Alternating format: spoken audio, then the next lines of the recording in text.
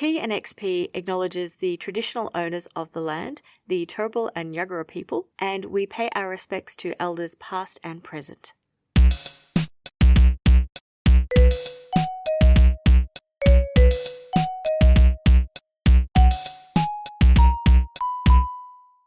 Welcome to T and XP, a couple's cozy gaming podcast. We're feeling cozy and we hope you are too.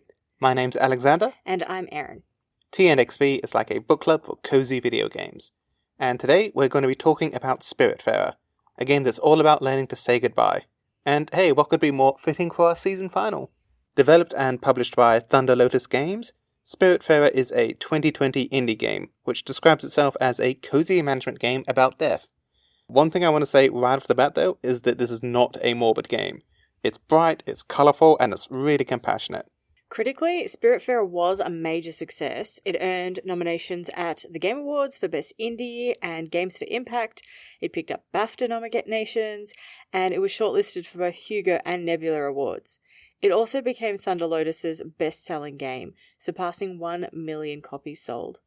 Years later, Spiritfarer remains one of the most respected games in the cozy genre, often recommended alongside the medium's most memorable indie experiences. But there was a bit of controversy surrounding one of the characters, wasn't there? There was a bit, yeah. So shortly after Spiritfarer's release in, I think it was August 2020, there were some players and disability advocates who raised concerns about elements of the game's writing, particularly comments made by the character Gustav regarding a wheelchair he used back when he was alive. Critics argued that the dialogue reflected ableist perspectives and highlighted risks of portraying a disabled experience without sufficient input from disabled people themselves. So, in response, Thunder Lotus issued a public apology, and they acknowledged what the studio described as a significant error in judgment, which, par for the course, but the developers recognized that it had written from the perspective of a disabled character without really consulting any disabled individuals during the creative process. And, rather than just having this kind of thoughts and prayers apology, they actually really sought to address the issue, and so they partnered up with able gamers and embraced the principle of, quote, nothing about us without us, end quote, while reviewing the affected content. According to the studio, 52 gamers with disabilities participated in a content review panel, which helped guide revisions to Gustav's dialogue. While Thunder Lotus chose not to publicly detail every single change, the studio stated that the revisions introduced some subtle but meaningful shifts in the character's perspective, and this was all informed directly by feedback from the disabled player panel. Cool. That is a reaction we like to see. We don't always get it right, but when we know better, we do better. Yeah, it's nice when the devs have this really positive response to feedback, and it's a good reminder that pointing out the flaws of the game, or the flaws of a developer, doesn't have to be this hostile action. This can just be something the community does. Absolutely. Okay, so narrative. Spiritfarer begins with Stella and her faithful cat Daffodil becoming the new Spiritfarer, or Spiritfarers, tasked with guiding souls through the final stage of their existence. They do this on an old barge that sails through seas of the not-quite afterlife, or wherever they are.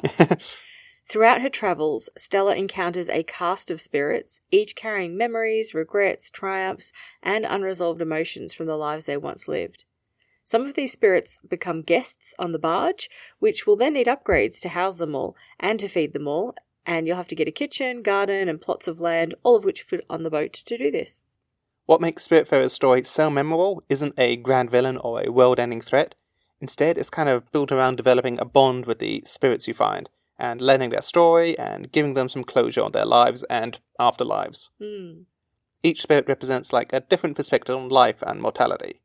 Some struggle with unfinished business, others wrestle with guilt or grief, and a few just simply aren't ready to let go of the people and experiences they cherished in life. Through conversation and some shared experiences, players gradually learn who these characters were before their death, and what continues to weigh on them in the afterlife. Yeah, and then as the story progresses, a larger mystery surrounding Stella herself begins to emerge. So while she spends much of the game helping others to come to terms with their lives, questions gradually arise about her own past and the connections to the world around her. Through memories and conversations and revelations scattered throughout the journey, the narrative slowly shifts from being solely about the spirits to also becoming a deeply personal story about Stella's own experiences. So why don't you tell us about how to play the game?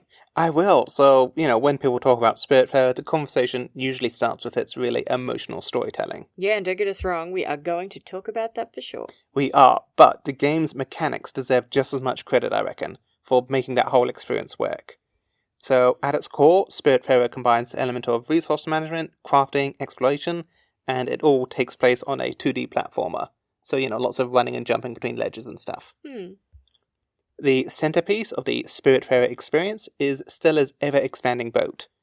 Rather than simply acting as a means of transportation, the vessel is really more like a floating home base, which you, as a player, gradually customize and develop over the course of the game. There'll be new buildings, facilities, and living spaces you can add, and it creates what often feels like this cozy little village drifting across the sea. The barge itself works as a sort of floating foundation, and you'll be building up vertically from the deck. So, pretty quickly, you'll end up with this huge, rambunctious apartment block floating on the waves. There's a surprising amount of satisfaction just in reorganizing the layout and trying to squeeze and Tetris in new structures into available spaces, and just watching the boat evolve from this modest little ferry into this big, bustling community. You just love fiddling with the layout of the barge, so I usually just let him have at it. But don't forget resource gathering. Of course, so resource gathering forms another big pillar of the gameplay loop. In the world of Spiritfarer, takes place on this big archipelago, and the players, as Stella and Daffodil, travel between islands to collect raw materials like ores, timbers, and seeds.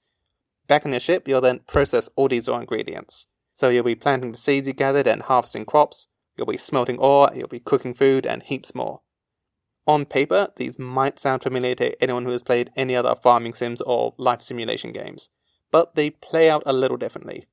Unlike, say, Stardew Valley or Dinkum, you usually don't just throw all the raw ingredients into their respective machines and leave them to automatically complete. Instead, you'll need to manually work a given station. So, pumping the bellows at the forge, or timing the little shuttle on the loom to make cloth, and so on. The focus is less about optimization and efficiency, and it's more on maintaining this relaxing rhythm as you tend to tasks around the ship. Yeah. Platforming also plays a really big role in the game. Exploring islands often involves jumping between rooftops, climbing structures, and navigating environmental obstacles. Stella gradually unlocks new movement abilities throughout the adventure, allowing her to access previously unreachable locations. So these will be things like a double jump to reach a higher ledge, or the ability to glide off cliffs so you can reach distant islands, stuff like that. These additions help exploration to feel rewarding without becoming overly challenging. Platforming also links back to the layout of the ship though, and I really love this part. So you'll encounter certain events at sea, like lightning storms or meteor showers or swarms of jellyfish and way more. Each of these has this little platforming minigame associated with it, and given it takes place at sea, or more accurately on your giant ship, you're really encouraged to build this big, sprawling village with these weird little shortcuts or boosts to help you navigate around it in a hurry for these mini-games. There is one more aspect of gameplay I want to talk about, and that is looking after the guests. So each spirit that boards the ship will have slightly different preferences and requirements. And as the Spiritfarer, and/or the Spiritfarer's cat, it's up to you to look after them. You'll need to build and upgrade housing, prepare meals, ideally while remembering each spirit's favourite food or their dietary restrictions, and, dispense hugs while they're needed. And that's before you start getting stung to each spirit's, specific story arc. Yeah, I really like how progression is tied to relationships. Like, rather than simply completing objectives for experience points or currency, many upgrades and opportunities become available through interactions with spirits on the ship. And this creates really strong connection between the management systems and the broader themes of the game. You can't have one without the other. I think that's pretty cool. Yeah, so the result is a collection of game mechanics which, they might not be individually reinventing their respective genres, but they mesh together so well, and Spiritfarer is one of those games which is so much bigger than the sum of its parts. There's this really lovely rhythm to each day, charting a course on a world map, and then tending to your guests and chores while the ship's in transit, and then hitting the shore for whatever the day's adventure is when you reach your location. Or, in our case, one of the half-dozen detours we've included along the way to the actual destination. It is such a fantastic gameplay loop. But, the visuals and the gameplay might be why you come to Spiritfarer, but the characters are why you stay. Yes. So, Stella is the game's protagonist and the titular Spiritfarer. She serves as a bridge between life and death, helping souls move on while quietly confronting her own past life intersected with them. Compassionate, patient, and endlessly supportive, Stella's personality is largely shaped through her interactions with others. As the narrative unfolds, players discover that her journey is just as personal as those of the spirits she guides. Stella is a silent protagonist, so you don't really get to say much. You'll be given the occasional yes or no prompt, and sometimes you have like a bit of implied speech where a character reacts to something you apparently said. You see this in a lot of games, so they say like, "What's that, Stella? You think blah blah blah?" A lot of games do this, and it's usually so the character's a bit of a blank slate so you can project on. But I don't think that's the case here. I think Stella actually still had a lot of personality. Yeah, so her character's art and animation is hugely expressive, and the way spirits talk about her, both in the afterlife or reminiscing on their time together when they were alive, imparts a lot of detail and personality on her as the main protagonist. Daffodil, Stella's loyal cat companion, accompanies her through the entire adventure. And although she's unable to speak, Daffodil provides warmth and charm and emotional support, often serving as a source of comfort during the game's more difficult moments. Daffodil is playable in 2-player mode, and apart from speaking to characters, she can do everything that Stella can do, making her very useful in crafting and catering to the array of guests on the boat. Daffodil also has some fantastic animations depicting how they, as a cat, operate machinery or dive underwater and stuff like that. It's got a lot of charm. But let's talk about the spirits/passengers, like Gwen. Yeah, so Gwen is the first spirit that Stella encounters and serves as an introduction to many of the game's themes. She is sophisticated, witty, occasionally cynical, and she initially presents herself as confident and self-assured. Beneath that polished exterior, however, lies a character grappling with dissatisfaction and unresolved emotions. Gwen's story establishes the emotional tone that Spiritfarer maintains throughout its journey. Okay, but I didn't like Gwen. She's like really moody and manipulative and disappears full well knowing that Stella's gonna have to come and find her, you know? Yeah, she's also a picky eater. She is. Yeah, you come onto my ship and eat my food while smoking your cigarettes around the dead. But one more character I'll mention, and there are a lot of characters who become passengers on the boat, is Atul. Atul is perhaps the most cheerful spirit aboard the ship. Loud and enthusiastic and endlessly energetic, he brings a sense of warmth and positivity wherever he goes, and he's very larger than life, and that makes him very lovable. And while his story explores themes of family, belonging, and the way people cope with uncertainty, he, like all the early passengers, teaches you a lot about the skills and items you need on the barge, and he stays longer than a lot of other characters. And he's a grateful leader. He is. Like Alex. Yeah. Atul is a grateful eater who appreciates nice food, but also appreciates all the food not cooked for himself. It is a very charming quality. There are a heap of other spirits, and they've all got some really lovely, poignant story arcs. But there's no way we can or should give them all away. Instead, though, there's some minor characters worth mentioning. Almost all the islands have spirits that don't become passengers, but even these minor characters have still been given some very funny characterization. Like the nervous tour guide who thinks you're following them. I was going to say the Dice Boys. Ah, where are the Dice Boys? Yes, this motley crew of legends. They do not actually say that at any point. That's just me over time playing that game, projecting onto them. And they do say we're the Dice Boys. They say it, but I'm the one. Oh, yeah, you're the one doing that. The Dice Boys. Yeah, yeah. And there is a wandering trader to spot, and a series of bus stops run by Alexander the Sea Lion. But don't call him Alex. Oh my gosh. So the first time we played this, I must have been watching Brooklyn Nine-Nine or something, because the Sea Lion character says, "I'm Alexander, but don't call me Alex." And Erin jumps in and says, "It's a garbage name for garbage people." And then the next line in the game is, "It's a garbage name for garbage people." And I have never been more in sync with strangers on the internet than the developers of Thunder Lotus Games. It was amazing. I can never forget it. Look, maybe we're getting off track, but my point is minor characters are nuanced and funny. Shall we talk about artwork? Yes. Okay, so Thunder Lotus opted for a hand-drawn 2D art style that feels as though it's been lifted directly from the pages of like an animated storybook or something. Every environment is rich with colour and detail, from bustling towns to mist-covered forests to tranquil coastlines illuminated by soft moonlight, and I'm sure there's a bunch of other biomes I'm forgetting. The world manages to feel both fantastical but also really comforting, and it creates this atmosphere that perfectly complements the game's emotional tone. Add to that the day-night cycle with its gorgeous sunsets and beautiful storms, and you have yourself a pretty darn pretty game. The character design is another standout feature, though. Each spirit is represented as an anthropomorphic animal whose appearance reflects aspects of their personality and history.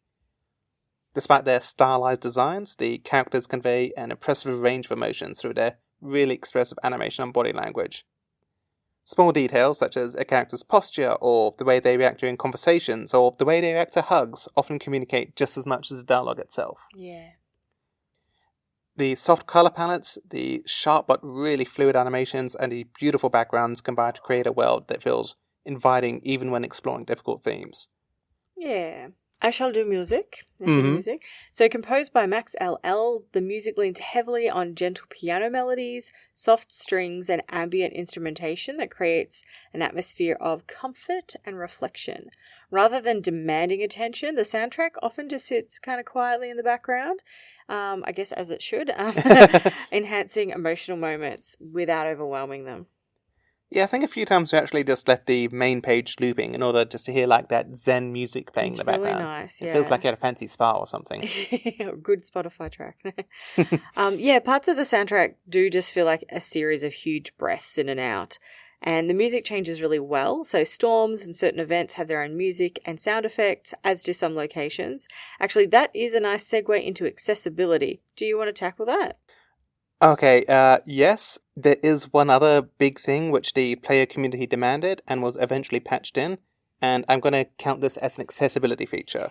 And that is the ability to turn off the music for Alexander's bus stops. Yeah, I never turned it off, but it was so successfully annoying. So it's like this huge, big, disjointed marching band is the best way I can think to describe it. It's Yes. just so loud and Yep. so obnoxious. It's very discordant, and there's cymbals and a bass drum kicking around. Yeah, It's a basically lot. like a bunch of toddlers were trying to, reenact their marching band, maybe, I Or think. like 4 Berts from Mary Poppins with their like one-man band all like playing at the same time to different tunes. So the game did have a patch which allows you to turn off this music, and that was very gratefully received by the community. Spiritfarer also takes some thoughtful steps just to make sure the game is accessible to a broad range of players as possible. One of its biggest strengths is its low-pressure design philosophy.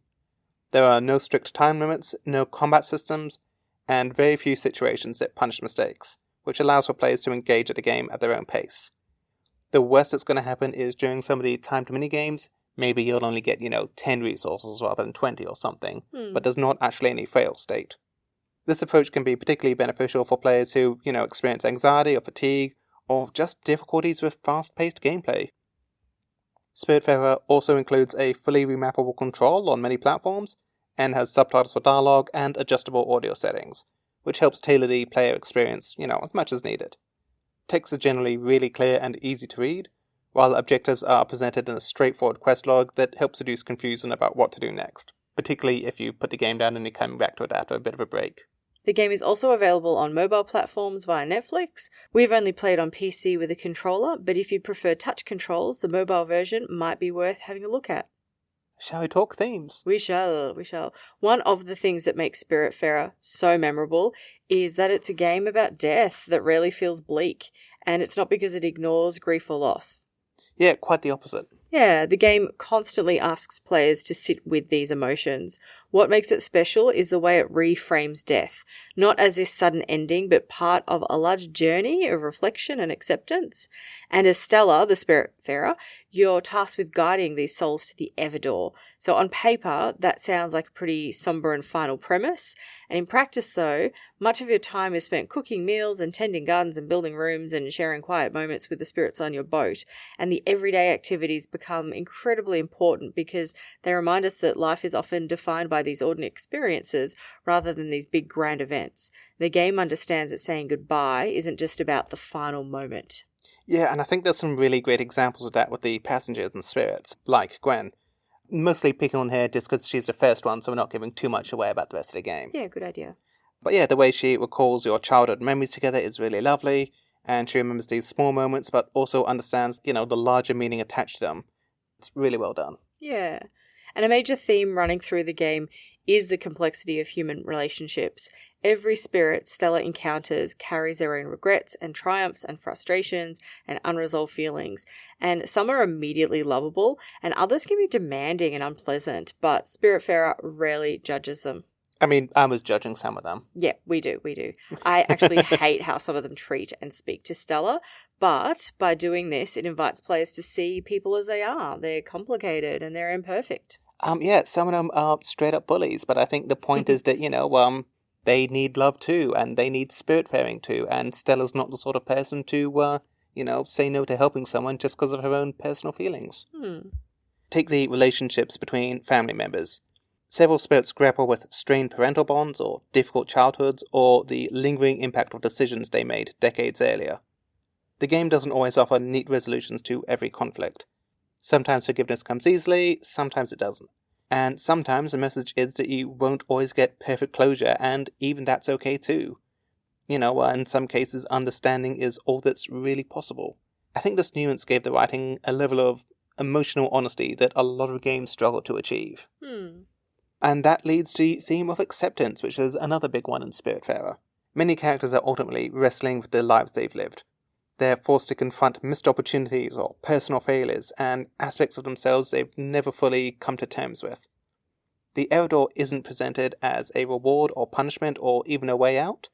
It's supposed to represent more like a moment of acceptance, where the characters acknowledge their stories in full, including the messy parts.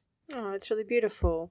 I do want, though, to circle back to how Spiritfarer explores the idea that caring for others can be both rewarding and painful. Stella spends the entire game helping people. She fulfills requests, she listens to stories, she provides comfort, yet every successful relationship inevitably leads to a farewell. And the game recognizes a truth that many people experience in real life, that love and pain are sometimes inseparable. It's this really strange but beautiful take, where you get to know each passenger with the ultimate goal of knowing it's to say goodbye to them. Yeah, and there is also this subtle idea of emotional labour running through the experience. Stella is constantly supporting those around her, often putting their needs before her own. And as the story progresses, the game begins to ask important questions about who supports a caregiver. Her own backstory is happening and no one's really looking after her. Yeah. It's a thoughtful reminder that compassion can be exhausting, even when it's given willingly. So just to round off themes, I just want to say again that this is a really uplifting, fun, energetic game. Again, it's going to sound morbid when you're talking about it, but it handles it all so beautifully. Yeah. Shall we go on to other game recommendations? Yeah, so rather than a big list of games, today we're just going to focus on 3 games that have some great parallels to Spiritfarers. 2 our listeners will know and 1 we haven't discussed yet. So the first one is Gris, which was a game we discussed early in the T&XP, a Couples Cozy Gaming podcast journey. I can't believe I said that the first time. Gris, which also has platformer features, directly deals with death of a loved one, and the protagonist's world literally and metaphorically loses colour following this. They are broken, and as the player, you help the main character find their voice again. It's a very different take on death to Spiritfarer. While Gris focuses on the loss one experiences following death, Spiritfarer depends on the memories we keep of loved ones and the relationships we have or had with them to help us decide who we are and what we're going to do next. For number 2, I would go with Wonderstop. There are lots of games that have these tender moments, and there's lots of games that deal with tough themes. But Wonderstop and Spiritfarer do both so well. In Wonderstop, the tough theme is burnout, and the tenderness comes from the space given to Alta to explore this, and also the service to others she provides by helping them find medicinal teas they need in a given moment. In Spiritfarer, the tough theme is death, and the tenderness also comes from connection to others through service. I think the notion of healing through service to others is so complex. Like, on one hand, you can find yourself fulfilling the needs of others without attending to yourself, but then also service to others can create the space and perspective some people need to heal. It is very contextual, and I think what helps one person could end up being really draining to others. Yeah, that's actually a really good segue into our last recommendation for other similar games, which is Cozy Grove. I have dropped so many hours on this game. Let's not spoil anything. I will probably want to do an episode on it one day. Okay, I'll try to keep it brief and not give too much away. So in Cozy Grove, you play as a cute little spirit scout that is stranded on a tiny desert island. Like Spiritfarer, the game is centered around fetch quests and cooking and crafting, all to aid the friendly but lost spirits that inhabit the island. And, like Gris, they don't have any colour unless you help them. That's true. There's a lot of parallels, anyway. By helping the lost spirits, you expand the island and, yes, bring colour back to the world, and help the spirits remember important memories that help them to heal. Again with the service. Even though you have never been part of each spirit's real life, unlike Spiritfarer, in Cozy Grove, it's your connection with them that helps heal them and help them find closure. Yeah, 3 lovely games. So, speaking of closure, should we move on to ratings? Yes. So, on paper, a game centered around death doesn't exactly sound cozy, yet Spiritfarer succeeds because its real focus is on the people behind the stories. Yeah, so this is going to sound cliched, but Spiritfarer isn't really about death at all. It's about life. The relationships we build, the mistakes we make, the memories we leave behind, and the people who help us along the way. And the friends we make along the way. Exactly. Death is simply the lens through which the game examines those ideas, and in doing so it creates one of gaming's most compassionate and emotionally intelligent explorations of what it means to be human. I've said before that one of the really nice things about the cozy genre is that it can give you some space to explore a really difficult theme, and in Spiritfarer, you explore grief and passing in this really uplifting, heartfelt, and really genuine way. Yeah, so what would you give it? I would give it a 4 out of 5 on the cozy scale. In Spiritfarer, there's no combat, there's no fail states, and there's not really any danger. You can't die because, well, everyone's already dead, and it certainly has an emotional intensity at times. A lot of people said this game makes them cry. Yeah, I don't get it, but I respect it. And importantly, Spiritfarer rarely punishes players for taking their time. There are few harsh deadlines and very little pressure to optimise every decision, and that contributes significantly to the game's reputation as a cozy game. Players are encouraged to move at their own pace, explore when they feel like it, and engage with the various activities in whatever order they feel is most enjoyable. Yeah, you're kind of nudged along the way by the way you unlock ship abilities or movement abilities, but you never absolutely have to do anything until you're ready to progress the game. What about game rating itself? Okay, so one of Spiritfarer's greatest strengths is its willingness to tackle difficult subjects without becoming overwhelmingly bleak. And I really liked how themes of like illness and aging and dementia and disability and estrangement and loss are woven throughout the narrative, but they're balanced by like warmth and humor and genuine affection. And I also really like the humor in this game and how some very minor characters have some really great dialogue interactions. In terms of game mechanics, I think Spiritfarer succeeds because its crafting, exploration, resource management, and platforming all support the same goal, creating this calm, welcoming experience where players can enjoy the journey as much as the destination. The game mechanics have just enough granularity to make them engaging without becoming complex or tedious.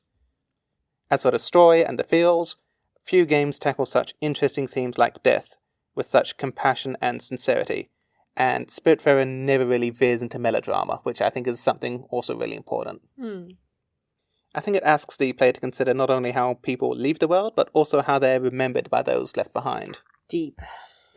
Yeah, I probably should have saved the profound comment for last. Instead, my closing remark is that it's also just a really, really good co-op experience. And it is so nice to play a co-op game that has some idea how to manage a camera when there's 2 people on screen at the same time. I'm looking at you, Haven, when I say that. I would give Spiritfarer a 5 out of 5 or an A. I really can't think of anything I would change about this game. You're always busy, but it never feels like a chore, and the pacing is excellent. It is such a satisfying game to play. Your thoughts? I agree. I know that maybe for our last episode we should have like a robust argument about the rating or something, but I do agree. I like your approach to rating this game, like how you sort of say, what would you change? And if the answer is nothing, then yeah, it's a 5 out of 5. Yeah. That's all we have for today and this season. Thank you for listening to T&XP, a couple's cozy gaming podcast. We'd like to encourage you to follow our Instagram account, which you can find at T&XP Podcast. And if you like listening to us, then rating, reviewing, and following are really helpful in ensuring like-minded people find us. Between now and Season 3, enjoy some bonus episodes, and we'll see you again in a few weeks. Until then, stay cozy. Like a hug with your favourite person. Take care, listeners.